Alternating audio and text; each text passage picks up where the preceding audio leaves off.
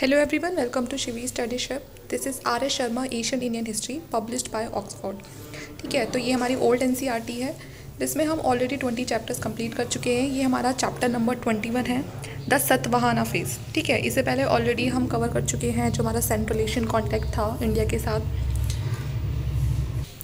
अब ये चैप्टर होगा हमारा जिसमें हम जानेंगे सतवाहाना फेज़ के बारे में कि जो सतवाहाना थे उनका ओरिजिन कैसे होता है, ठीक है, और उनके टाइम पर एडमिनिस्ट्रेशन कैसा होता है। तो वो सारी चीज़ें हम यहाँ पर देखेंगे। तो वीडियो अच्छा लगे तो प्लीज़ लाइक करना, शेयर करना और चैनल को सब्सक्राइब कर लेना, क्योंकि ये वीडियो आपके बहुत काम आने वाली हैं। चाहे आप स्कूल में हैं, कॉलेज में हैं या आप किसी गवर्नमेंट जॉब के लिए प्रिपेयर कर रहे हैं, तो ये वीडियो बहुत इंपॉर्टेंट है। और अगर आप कुछ नहीं भी कर रहे हैं तो फिर भी हमें अपने देश की जो इतिहास है, जो उसकी हिस्ट्री है, उसका पता होना चाहिए। ठीक है, तो चलिए लेक्चर को स्टार्ट करते हैं। सबसे पहले बात करते हैं पॉलिटिकल हिस्ट्री की। तो जो मोस्ट इम्पॉर्टेंट बात यहाँ पर ये है कि मौर्यास, हम सबको पता है कि जो मौर्यास थे उनका रूल ज़्यादातर जो नॉर्थ वाला एरिया है वहाँ पर था। लेकिन मौर्यास के बाद जो उनके सक्सेसर बन के जो आते हैं वो होते हैं शुंग, और शुंग के बाद आते हैं कण्व। ठीक है, पहले मौर्य, फिर मौर्य के बाद शुंग और शुंग के बाद कण्व। इधर अगर हम डेक्कन में देखें और सेंट्रल इंडिया में देखें तो जो सतवाहन हैं वो सक्सीड करते हैं मौर्य को। नॉर्थ में तो कौन कर रहा है?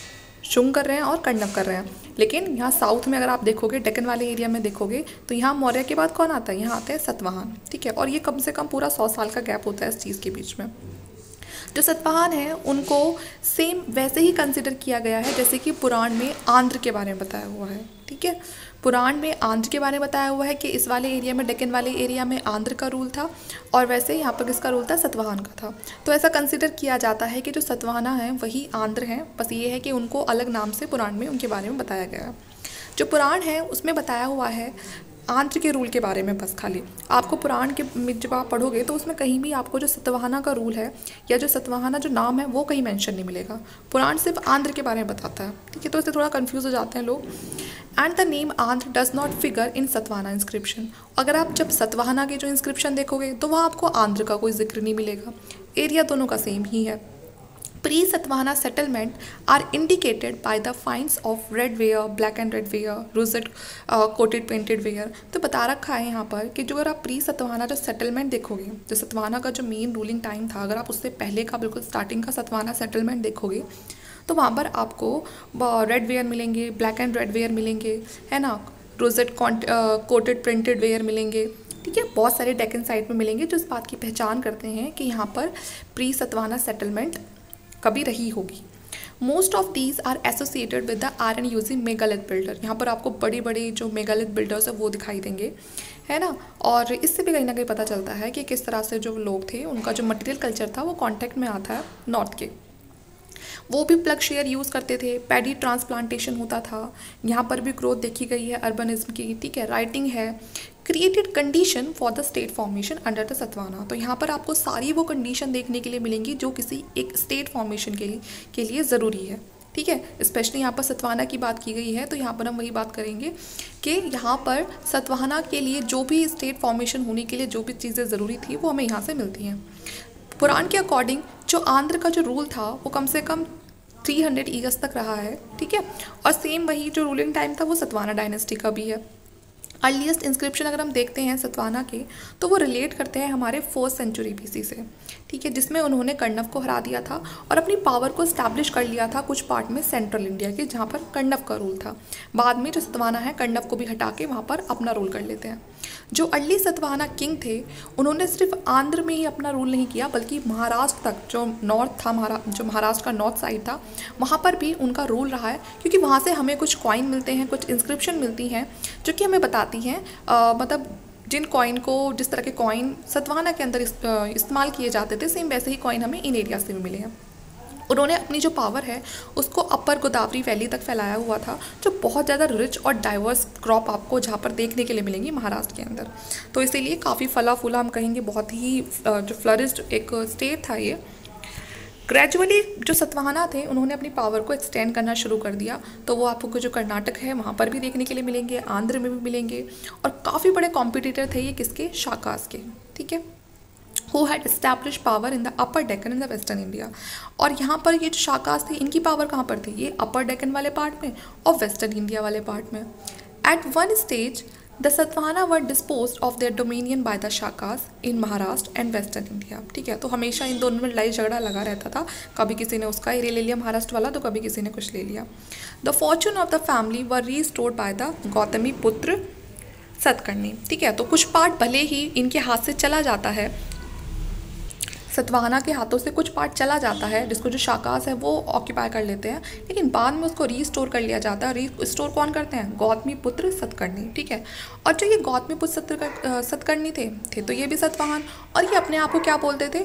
ब्राह्मण बताते थे कि कौन सी मतलब इनकी जो जाति है वो क्या है? वो ब्राह्मण है।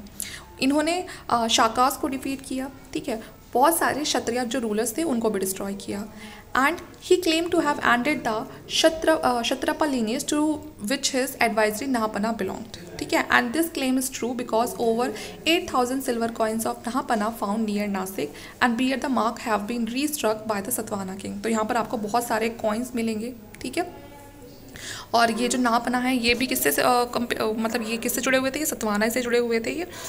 And he also occupied Malwa, Kathiawar which were controlled by the Shakas. और धीरे धीरे ये जो शाकास के कंट्रोल में जो एरिया होता है, मालवा, काठियावाड़, ये सारा एरिया किसी कंट्रोल में आ जाता है? जो सतवाहना किंग होते हैं उनके कंट्रोल में आ जाता है।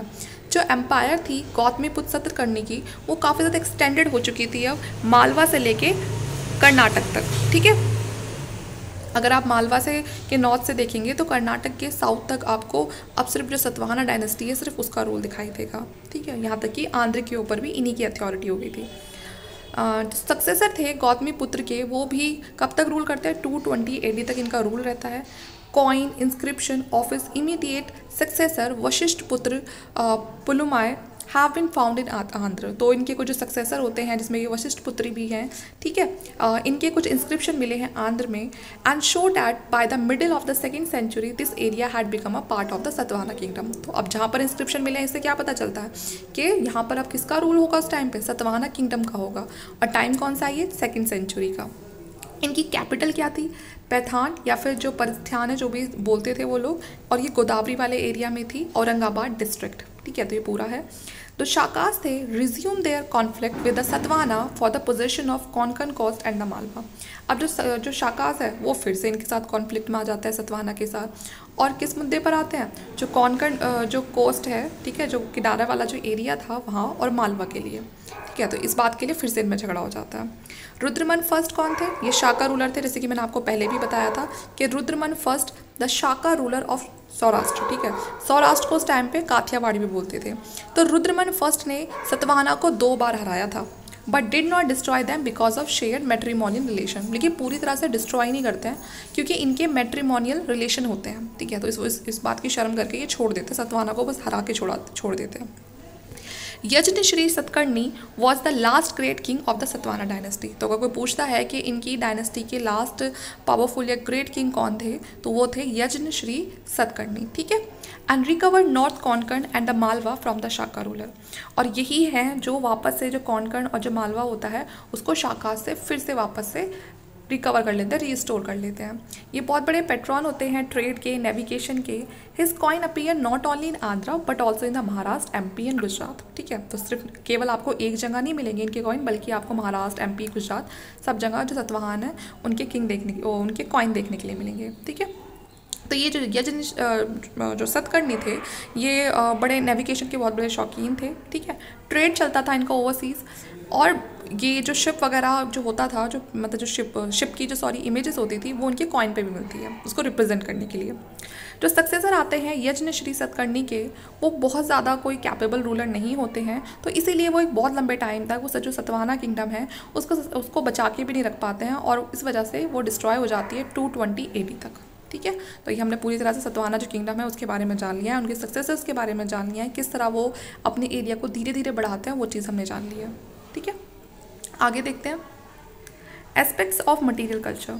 अब बात करें मटेरियल कल्चर की, तो जो डेक्कन वाला एरिया, क्योंकि शुरुआत वहीं से होती है इनकी, तो सतवाहना के अंदर यहाँ पर आपको फ्यूज़न देखने के लिए मिलेगा। ये क्या था? लोकल एलिमेंट्स का और नॉर्दर्न इंग्रेडिएंट्स का, क्योंकि ये अपने आप में एरिया ही ऐसा था कि कुछ नॉर्थ में जा रहा है, कुछ साउथ में जा रहा है, तो दोनों का जो फ्यूज़न है, दोनों के जो कल्चर का फ्यूज़न है वो आपको दोनों ही देखने के लिए मिलेंगे।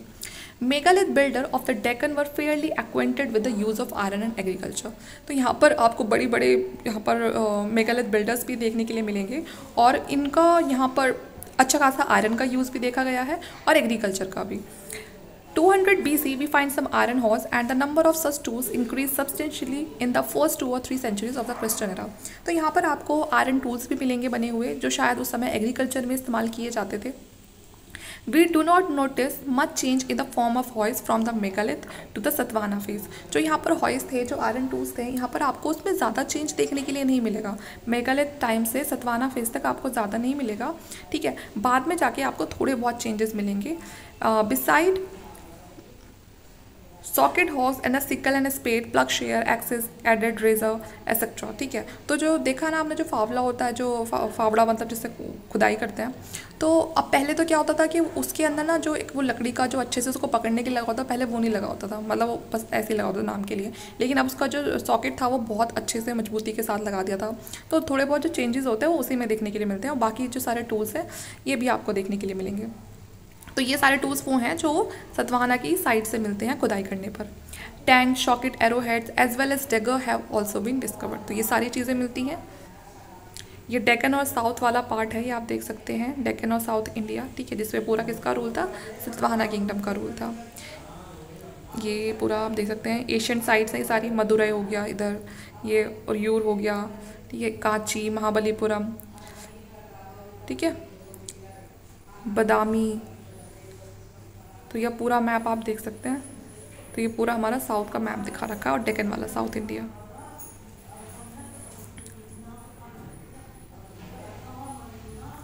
At a site in Karimnagar district. तो जो करीमनगर डिस्ट्रिक्ट है, यहाँ पर आपको बहुत सारी उस समय की ब्लैक स्मिथ शॉप भी मिली हैं। जो सतवाहना थे उन्होंने बहुत सारी जो आयरन और थी करीमनगर और जो वरंगल की, तो उनको एक्सप्लॉइट भी कर दिया था। For this district show sign of iron working. तो यहाँ पर कुछ बहुत सारे साइंस मिलते हैं जिससे पता चलता है कि यहाँ पर आयरन की वर्किंग होती थी। Evidence of Asian gold workings have been found in the Kolar field. जो कोलार फील्ड के अगर आप आसपास देखोगे तो यहाँ पर एशियन गोल्ड वर्किंग देखने के लिए मिलेगी। तो इससे पता चलता है कि यहाँ पर गोल्ड मिलता था। सतवाहन गोल्ड यूज़ करते थे। For they did not issue gold coin as did the Kushan, ठीक है। तो ये कहते हैं कि शायद जो सतवाहना थे वो गोल्ड को ना बिल्कुल गोल्ड की तरह यूज़ करते थे कि बहुत कीमती चीज़ है तो उसको अपने पास बचा के ही रखना है। ऐसा नहीं देखा गया कि गोल्ड के कॉइन इशू कराते हैं जिस तरह से कुशान ने कराए थे। By and large they issued coin of lead. बल्कि ये कौन से कॉइन इशू कराते हैं, जो लेड के बने होते हैं। तो आपको डेक्कन वाले में सबसे ज़्यादा जो कॉइन मिलेंगे वो लेड के ही बने हुए मिलेंगे। इन्होंने पॉटिन, कॉपर, ब्रॉन्ज, ठीक है ना, इन सब के ही जो करेंसी थी उसको इशू कराया था। इक्ष्वाकु अब कौन है, ये एक नई डायनेस्टी है जो सतवाहन को आगे चल के सक्सीड करेगी अर्ली 3rd सेंचुरी में, ठीक है। In the eastern Deccan also issued coin. Both the Satavahana and the Ikshvaku seems to have exploited the mineral resource of the Deccan. तो ये दोनों ही रिस्पॉन्सिबल है कि डेक्कन में हमें जो भी मिनरल रिसोर्सेज है या फिर जो भी और मिलती हैं तो उसको एक्सप्लॉइट करने वाले यही थे, क्योंकि इन दोनों का ही रूल होता है, ठीक है। जो लोग हैं डेक्कन के और वो जानते थे कि जो पैडी ट्रांसप्लांटेशन है वो कैसे किया जाता है।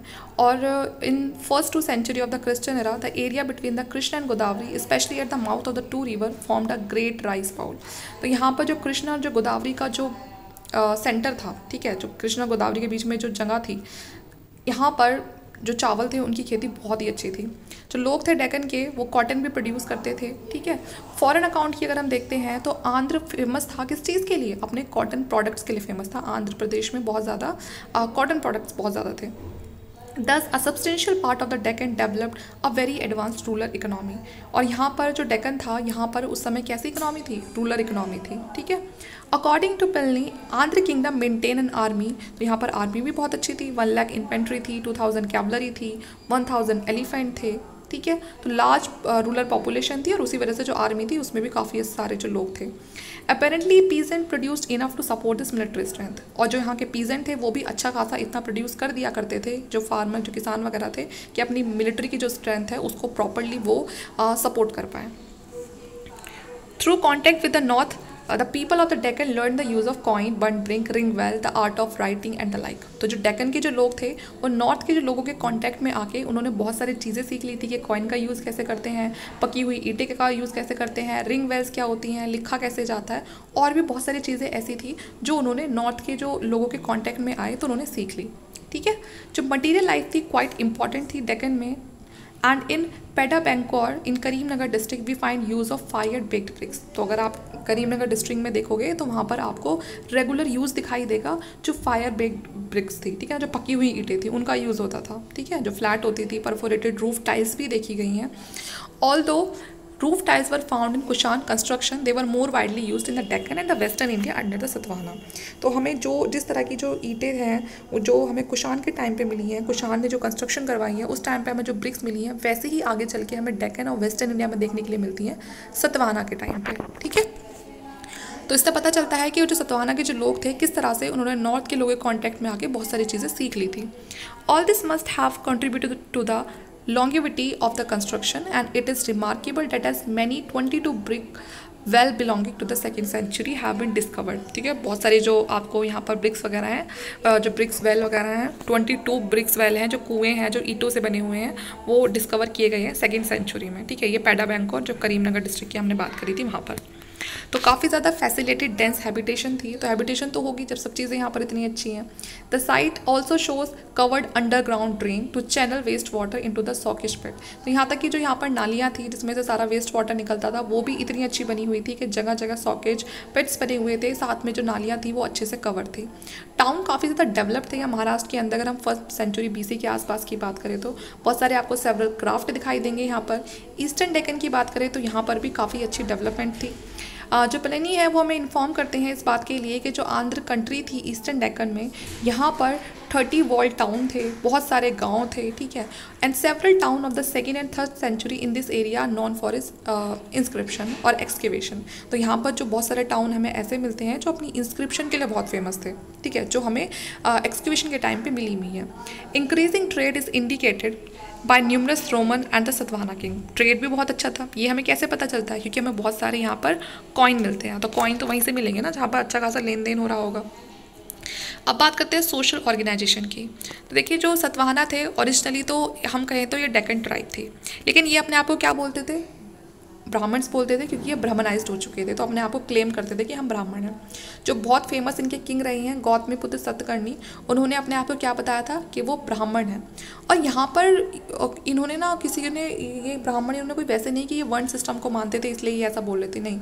यहाँ पर भी 4 फोल्ड वर्ण सिस्टम था, लेकिन उस तरह नहीं था कि ब्राह्मण, क्षत्रिय, वैश्य, शूद्र, नहीं। यहाँ पर सबसे ऊपर पहले कौन? किंग, ठीक है। उसके बाद दूसरे नंबर पर कौन? जो ऑफिशियल्स थे। फिर तीसरे नंबर पे जैसे कि वैद हो गए, फिजिशियन वगैरह हो गए, है ना, बड़े बड़े ट्रेडर्स हो गए। और 4th नंबर पे थे जैसे लेबर हो गए, ठीक है, और गार्डनर हो गए। तो इस तरह से इन्होंने 4 अलग अलग जो कैटेगरी थी वो बांट रखी थी, ठीक है। तो कोई वैसे नहीं था इनका कि जिस तरह से वो जो पहले चलता आ रहा था कास्टिज्म, वो नहीं था। भले ही अपने आप को क्या बोलते थे? ब्राह्मण बोलते थे। He boasted that he had put an end to the intermixture between the people of different social order. तो जैसे मैंने आपको बताया किस तरह का इंटरमिक्सचर था लोगों के बीच में। Such confusion was probably caused by the Shaka infiltration and by the superficial brahmanization of the tribe living in the Deccan. Absorption of the Shakas in the Brahmanical society as Kshatriya was facilitated by intermarriage between the Shaka and the Satvahana। अब पहले तो देखो जो शाकास थे वो अपने आप को क्षत्रिय बताते थे, लेकिन अब धीरे धीरे जो शाकास है वो भी क्या करने लग गए? कुछ अपने आप को ब्राह्मण बताने लग गए, कुछ अपने आप को क्षत्रिय बताने लग गए। अब वो ब्राह्मण किस बेसिस पे बताने लग गए? क्योंकि उन्होंने क्या कर लिया था, उन्होंने कुछ सतवाहना जो डायनेस्टी थी उसमें कुछ ने शादी वगैरह कर ली थी। अब शादी होते ही उन्होंने भी क्या कहा, अपने आप को ब्राह्मण बताना शुरू कर दिया। Similarly, the indigenous tribal people were increasingly acculturated by the Buddhist monks who were induced by the land grant to settle in the Western Deccan। अब बहुत सारे जो ट्राइबल पीपल थे उन्होंने क्या शुरू कर दिया? उन्होंने बुद्धिस्ट मॉन्क बनना शुरू कर दिया, है ना। वो उनकी बातों से बहुत ज़्यादा प्रेरित हो गए और उन्होंने क्या कर लिया, अपना धर्म बदल लिया, वो बुद्धिस्ट मॉन्क बन गए। अब बुद्धिस्ट मॉन्क बनने के पीछे भी एक रीज़न था, क्योंकि उस समय जो सतवाहना थे वो बुद्धिस्ट मॉन्क हो या फिर जो ब्राह्मण्स थे उनको वो लैंड ग्रांट्स दिया करते थे, डोनेशन दिया करते थे। तो ये भी एक रीज़न था कि लोगों ने अपना जो धर्म परिवर्तन है वो करना शुरू कर दिया।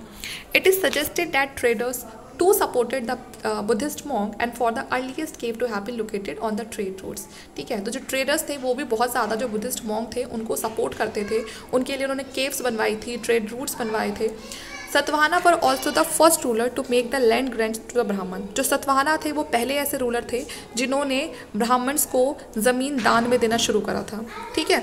और इस तरह के जो ग्रांट्स थे ना केवल सिर्फ उन्हें ब्राह्मण को बल्कि बुद्धिस्ट मॉन्क को भी वो लोग दिया करते थे। धर्मशास्त्र के अकॉर्डिंग वो चलते थे। और धर्मशास्त्र कैसे काम करता था? जैसे कि पहले वो जो जिसमें बताया गया था कि फंक्शन क्या होते हैं सबके, कि क्षत्रिय क्या फंक्शन है। बट सतवाहना तो अपने आप को क्या बताते थे, ब्राह्मण बताते थे। गौतमी पुत्र boasted that he was the true ब्राह्मण, और जो गौतमी पुत्र थे वो अपने आप को क्या बोलते थे कि वो एक सच्चे ब्राह्मण हैं। ठीक है, लेकिन अगर हम आंध्र को देखते हैं तो उसमें अगर हम देखें तो जो सतवाहना थे, जो अर्ली सतवाहना थे, वो एक लोकल ट्राइब की तरह थे, लेकिन बाद में उन्होंने ब्राह्मणाइज्ड हो गए थे, उन्होंने अपना धर्म बदल लिया था और अब वो अपने आप को ब्राह्मण कहने लगे थे। जो ऑर्थोडॉक्स ब्राह्मण थे नॉर्थ में, वो आंध्र को कैसे देखते थे कि वो मिक्सड कास्ट है। यहाँ आंध्र का मतलब यहाँ पर सतवाहना से ही है, तो वो बोलते थे कि जो आंध्र है वो पूरी तरह से प्योर ब्राह्मण नहीं है, बल्कि वो एक मिक्सड कास्ट है। ठीक है, which would appear to indicated Andhra were a tribal people, और वो बोलते थे कि जो आंध्र है वो क्या है, वो ट्राइबल पीपल है ना। लेकिन बाद में चल के उन्होंने क्या करा, उन्होंने ब्राह्मणिकल सोसाइटी को से जुड़ गए और एक मिक्स्ड कास्ट वो निकल कर आई। Increasing craft and commerce during this period brought many merchant and artisan to the fore, and merchant took pride in naming themselves after the town to which they belonged। तो इनका जो time था वो इतना ज़्यादा फ्लरिश्ड हो चुका था कि जो मर्चेंट्स थे वो बड़ा प्राउड फील करते थे जब वो अपने टाउन का नाम बताते थे कि वो उस टाउन से बिलोंग करते हैं। Both artisan and merchant made generous donation to the Buddhist. ठीक है, यहाँ तक कि वो बहुत अच्छा डोनेशन भी दिया करते थे बुद्धिस्ट को, and set up a small memorial tablet. ठीक है, और कुछ ना कुछ वो लोग ऐसा बनाते रहते थे उनकी याद में। Among the artisan, the Gandhikas or the perfumers are repeatedly mentioned as donor, and at later stage the Gandhika become so general so as to connote all kind of shopkeepers। तो हो सकता है ये जो टर्म है ये use किस लिए की गई है, जो बहुत ही अच्छे जो शॉपकीपर्स होते थे, है ना, उनके लिए ये टर्म यूज़ की गई है, जो एज अ डोनर क्यों कहा गया, क्योंकि यही लोग तो बड़े बड़े दान किया करते थे, है ना। तो यहाँ पर जो गांधिका है वो टर्म दी गई है शॉपकीपर्स को। The modern title Gandhi is drive from the Asian term. तो यहाँ तक कि जो मॉडर्न टाइटल है गांधी का वो भी कहाँ से लिया गया है, इसी एशियन टर्म से लिया गया है। The most interesting detail about Satavahana relates to their family structure. In the Aryan society of north India father enjoyed greater importance than the mother. तो हमने क्या देखा था वेद के टाइम पे, आर्यन के टाइम पे, कि वहाँ पर फादर को ज़्यादा इंपॉर्टेंस मिलती थी, सारे घर के जो बड़े डिसीजन होते थे फादर लेते थे। लेकिन यहाँ पर उल्टा होगा, यहाँ पर नॉर्दर्न इंडिया में जो प्रिंसेस थे generally belong to patriarchal society. तो इंडिया में तो शुरू से होता आ रहा है ये चीज़ें, बल्कि अभी भी होती है कि हमारे घर में हमारे जो फादर होते हैं उनकी ज़्यादा चलती है, या घर में जो बड़ा भाई है उसकी ज़्यादा चलती है। लेकिन सतवाहना में क्या था, यहाँ पर मैट्रिनिलियन जो सोशल स्ट्रक्चर था। ठीक है, इसका क्या मतलब हुआ कि यहाँ पर जो घर में जो लेडीज़ होती थी, जो खासकर जो मदर होती थी, उनके ज़्यादा चलती थी। ठीक है, सच नेम एज गौतमी पुत्र एंड वशिष्ठ पुत्र indicate that in their society mother enjoyed a great deal of importance. यहाँ तक कि आपने देखा होगा यहाँ पर जो किंग के जो नाम है वो भी क्या इंडिकेट कर रहे हैं, वो भी एक लेडी का जो नाम है उसको इंडिकेट कर रहे हैं। और वो लेडी कौन होती थी, वो इनकी मदर होती थी। तो इनकी जो यहाँ पर मदर हैं वो ज़्यादा हम कह सकते हैं कि घर में ज़्यादा उनकी चलती होगी। Sometimes N inscription issued both under the authority of king and his mother. यहाँ तक कि जो इंस्क्रिप्शन होते थे वो भी किसकी अथॉरिटी में इशू करवाए जाते थे, किंग की और उसकी मदर की। At present in peninsular India son name include your father of father's name. तो अगर आप अब भी देखोगे या पहले के टाइम पे भी देखोगे तो ज़्यादातर बेटे का नाम के बाद जो हमारा सरनेम होता है वो हमारे फादर के नेम पे होता है। लेकिन यहाँ पर नहीं था ऐसा, यहाँ पर वो किसके उस पर था, वो मदर के नेम पे था।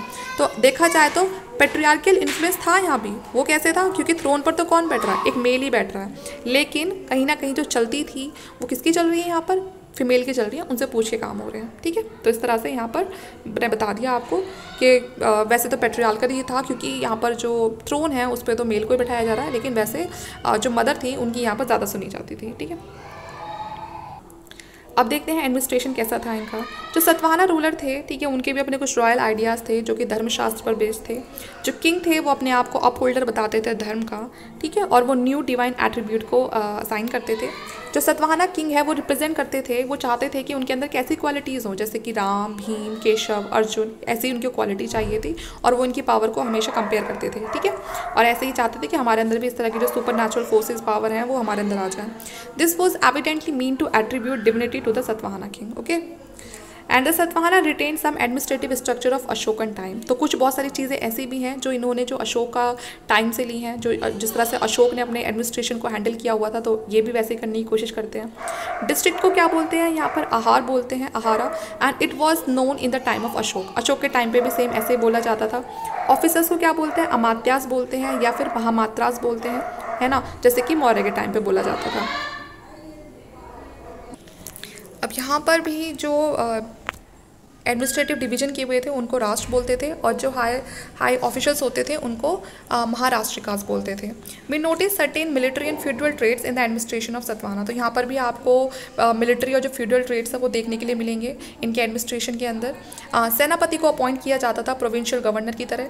ट्राइबल पीपल थे डेक्कन में, was not thoroughly brahmanized and reconciled to the new rule, it was necessary to keep them under strong military control. तो भले ही डेक्कन में और बाकी सब जगह जो ये लोग थे इन्हें मतलब ये गवर्नर बना के बैठा दिया करते थे लोगों को, लेकिन पूरी तरह से उनको उनका स्ट्रॉन्ग मिलिट्री कंट्रोल नहीं दिया करते थे उनको कभी भी।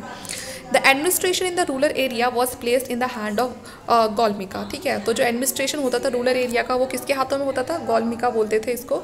क्या होते थे Gaulmika? Head of the military regiment, sorry, है ना, head of the military regiment. ठीक है, इसमें क्या क्या होता था? 9 चैरियट्स होते थे, 9 एलिफेंट्स होते थे, 25 हॉर्सेज होते थे, 40 फुट सोल्जर्स होते थे। ठीक है, और ये सारे क्या करते थे? ये वहाँ पर कोशिश करते थे कि किस तरह से पीस और ऑर्डर को मेंटेन किया जाए।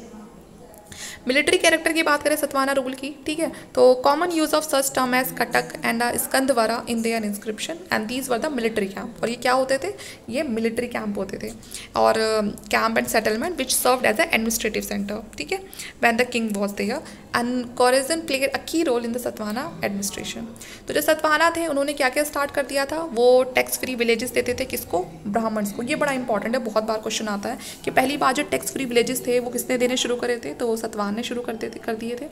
और ये टैक्स फ्री विलेजेस किसके लिए थे? एक तो ब्राह्मण्स के लिए और एक बुद्धिस्ट मॉन्क के लिए। Cultivated fields and village granted to them were declared free from the intrusion by the royal policeman, soldier, other royal officers. ठीक है, तो ये सब इनके लिए फ्री कर दिए थे। These areas therefore become small independent island within the Satavahana kingdom. तो ये छोटे छोटे जो एरिया थे ये अपने आप एक आइलैंड की तरह काम करते थे सतवाना के अंडर रहकर।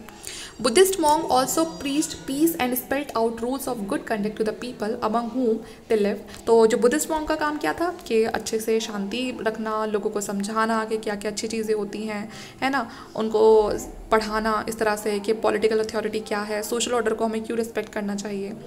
जो ब्राह्मण्स थे वो भी इस तरह के जो रूल्स वगैरह हैं वर्ण सिस्टम के वो लोगों को सिखाने में और उसको प्रमोट करने में, स्टेबिलिटी बनाने में मदद करते थे। तो हो सकता है यही रीज़न रहा हो कि उन लोगों को सपोर्ट करने में कि उनको के विलेजेस वगैरह फ्री दे दिए, टैक्स फ्री कर दिए, उनके लिए डोनेशन दे रहे हैं। जो सतवाना किंगडम थे हैड 3 ग्रेड ऑफ फ्यूड्यूटरीज। कौन कौन से था? फर्स्ट था हाईएस्ट ग्रेड, जो कौन होता था? किंग होता था। ठीक है, दूसरे पे कौन?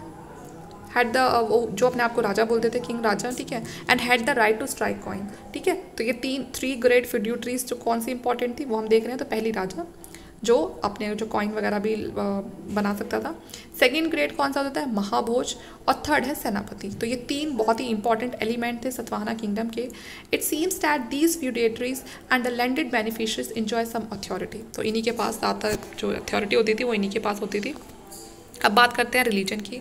जो सतवाना रूलर थे वो अपने आप को ब्राह्मण, जैसे कि मैंने बताते थे। ठीक है, and from the very outset king and queen perform सच वैदिक सेक्रीफाइस सच एज अश्वमेध एंड वाजपेयी। तो यहाँ पर ये जो किंग और क्वीन थे अब अपने आप को ब्राह्मण बता रहे हैं, तो वैदिक सेक्रीफाइसेस भी ज़रूर होंगे और इसमें जो अश्वमेध है और जो वाजपेयी जो ये जो हवन वगैरह होते थे ये ज़रूर होते थे। अश्वमेध और वाजपेयी मैं आपको ऑलरेडी जो लास्ट लेक्चर्स है उनमें बता चुकी हूँ। ठीक है, जो अश्वमेध है उसमें हम सबको पता है कि अश्व को, एक हॉर्स को छोड़ दिया जाता था, है ना, और फिर वो जहाँ भी जा रहा है, वो जिस भी किंग का वो जो हॉर्स होता था वो जहाँ भी जाएगा सारी अब जो एरिया है वो उसके कंट्रोल में आ जाएगा। अब या तो कोई चुपचाप उस एरिया को उस किंग के कंट्रोल में मान लेता है तो ठीक है, और नहीं मानता तो उसे उस राजा से फाइट करनी पड़ती थी। वाजपेयी ये रॉयल प्रिंसेस के लिए होता था। ठीक है, और इसके लिए काफ़ी अच्छी जो फीस है वो ब्राह्मण को दी जाती थी।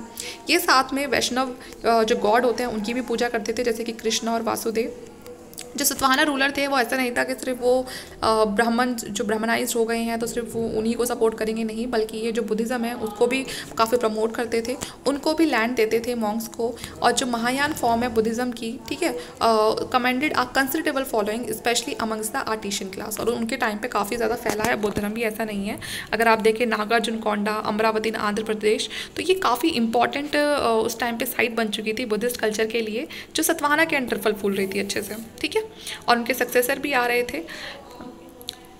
Similarly Buddhist flourished in the Nashik and the Juner area in the western Deccan Maharashtra. तो ये 2 और एरिया बता रखे हैं, नासिक और जुनेर, जो वेस्टर्न डेक्कन महाराष्ट्र में थे। तो यहाँ पर भी काफ़ी ज़्यादा जो बुद्धिज़्म है उसको फ्लरिश होते हुए देखा गया है और इसको सपोर्ट किया है ट्रेडर्स ने। अब बात करते हैं आर्किटेक्चर की।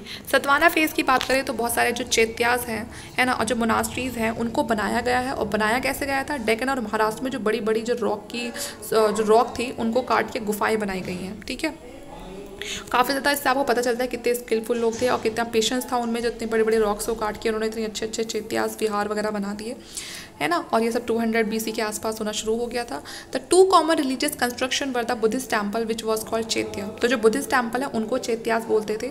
और monastery which was called Vihar. Monastery क्या होती थी? मठ, जहाँ पर वो लोग रुकते थे। चैत्यास क्या होता था? एक बड़ा सा हॉल होता था जिसमें बहुत सारी छोटी छोटी कॉलम्स वगैरह होती थी। और विहार क्या होता था? एक सेंट्रल हॉल होता था, है ना, और उसमें गेट लगा होता था जिसके अंदर से लोग आते थे। और फिर एक वरांडा पड़ता था उसके फ्रंट में, उस हॉल के फ्रंट में। तो इस तरह से उसका कुछ लुक रखा गया था। जो मोस्ट फेमस चैत्यास है वो आपको कार्ले वेस्टर्न डेक्कन में है, जो 40 मीटर लॉन्ग है, 15 मीटर वाइड है और 15 मीटर हाई है। काफ़ी ज़्यादा इंप्रेसिव स्पेसिमेन रहा है ये, और मासिव रॉक आर्किटेक्चर का ही एक ये भी एक नमूना है। ठीक है,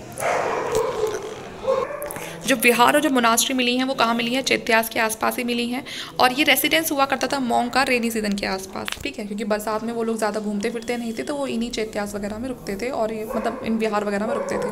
नासिक में आपको 3 विहार मिलेंगे जिसमें इंस्क्रिप्शन भी देखी गई है नाहपना की और गौतमी पुत्र की, जो कि 1st-2nd सेंचुरी से बिलोंग करते हैं। ठीक है, रॉक कट आर्किटेक्चर भी मिलेगा आपको आंध्र में, और जो कृष्णा गोदावरी जो रीजन है, जो एरिया है, वहाँ पर भी आपको देखने के लिए मिलेगा। बहुत ज़्यादा फेमस था ये अपने बुद्धिस्ट स्ट्रक्चर्स के लिए। ठीक है, mostly in the form of stupa. तो यहाँ पर आपको बहुत सारे स्तूप मिलेंगे देखने के लिए। The most famous of them those of Amaravati and Nagarjunakonda. तो यहाँ पर सबसे ज़्यादा फेमस है वो अमरावती और नागार्जुन कोंडा में आपको देखने के लिए मिलेंगे स्तूप। स्तूप कैसे होते थे? लार्ज राउंड स्ट्रक्चर होता था इनका, erected over some relic of the Buddha. ठीक है, और उसमें क्या होता था? जो कुछ बुद्ध से जुड़े हुए या उनके मॉन्क से जुड़े हुए उनका जो भी सामान होता था उसको वहाँ पर रख दिया करते थे, या फिर उनकी जो अस्थियाँ वगैरह है मरने के बाद जो होती थी उनको वहाँ पर रखते थे। उसके ऊपर वो स्तूप बनता था, मतलब स्तूप के अंदर ये चीज़ें रखी होती थी। Amaravati stupa was begun in around 200 BC but was completely reconstructed in the second half of the 2nd century AD। तो अगर आप अमरावती का जो स्तूप देखेंगे बता रखा है कि 200 BC के आसपास कम्प्लीटली उसको रिकन्स्ट्रक्ट किया गया था in the second half of the 2nd century AD। ठीक है, इसका जो डोम है उसको मेज़र करें तो 53 मीटर अक्रॉस द बेस है and seems to have 33 metre in height. ठीक है, तो आपको अंदाज़ा लगा सकते हैं कितना बड़ा होगा। अमरावती स्तूप इज़ फुल ऑफ स्कल्पचर। तो यहाँ पर आपको बहुत सारी जो मूर्तियाँ वगैरह वो देखने के लिए मिलेंगी, और जिसपे बहुत अलग अलग जो सीन्स हैं बुद्धा की लाइफ से जुड़े हुए वो भी यहाँ पर आपको देखने के लिए मिलेंगे। Nagarjuna prospered most in the 2nd-3rd century under the patronage of the Ikshvaku. तो ये नागार्जुन अब किसके टाइम पे बना था? इक्ष्वाकु। तो बताया था ना मैंने, जो इक्ष्वाकु जो ये डायनेस्टी थी ये आई थी सतवाहना के बाद। तो इन्होंने भी बौद्ध धर्म को फुली सपोर्ट किया था, ये सक्सेसर थे सतवाहना के। और ये बुद्धिस्ट मॉन्यूमेंट वगैरह इन्होंने भी बनवाई हैं। अर्लीस्ट जो ब्राह्मणिकल ब्रिक टेम्पल है वो भी बनवाए हैं। नियरली 2 डजन मोनास्ट्री इनके टाइम पे बनी है।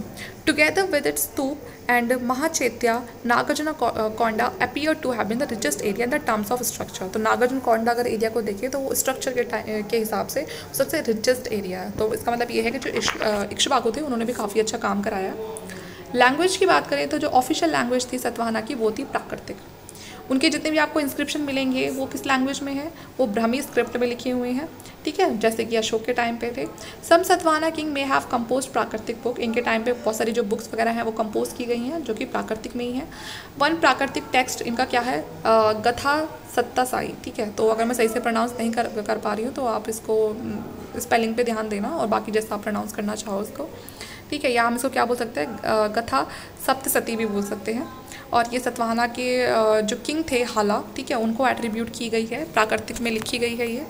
It considered of 700 verses and all written in प्राकृतिक। तो प्राकृतिक लैंग्वेज में ही है। एंड फाइनली रीच टस्ट much later possibly after the 6th century. ठीक है, तो ये इनकी लैंग्वेज के बारे में बता रखा है। तो लैंग्वेज प्राकृतिक है। कुछ इंस्क्रिप्शन है जो आपको ब्राह्मी स्क्रिप्ट में लिखे हुए मिले हैं। और ये इनकी बुक के बारे में बता दें, गथा सप्तसती इनकी बुक, जो एक सतवाहना किंग है हाला, उनको एट्रीब्यूट की जाती है। ठीक है, 700 वर्सेज है and all were written in a प्राकृतिक लैंग्वेज। ठीक है, तो ये क्रोनोलॉजी है, इसमें चाहे तो आप पढ़ सकते हैं। तो इस तरह से हमारा ये चैप्टर कंप्लीट हो जाता है। अब हमारा चैप्टर 22 को मैं लेकर आऊँगी बहुत जल्दी। तो अगर आपको वीडियो अच्छा लगता है तो प्लीज़ लाइक करना, शेयर करना और चैनल को सब्सक्राइब कर लेना। अब ज़्यादा इसमें चैप्टर बचे नहीं है, टाइम तो ज़्यादा कंप्लीट हो जाएंगे। Thank you.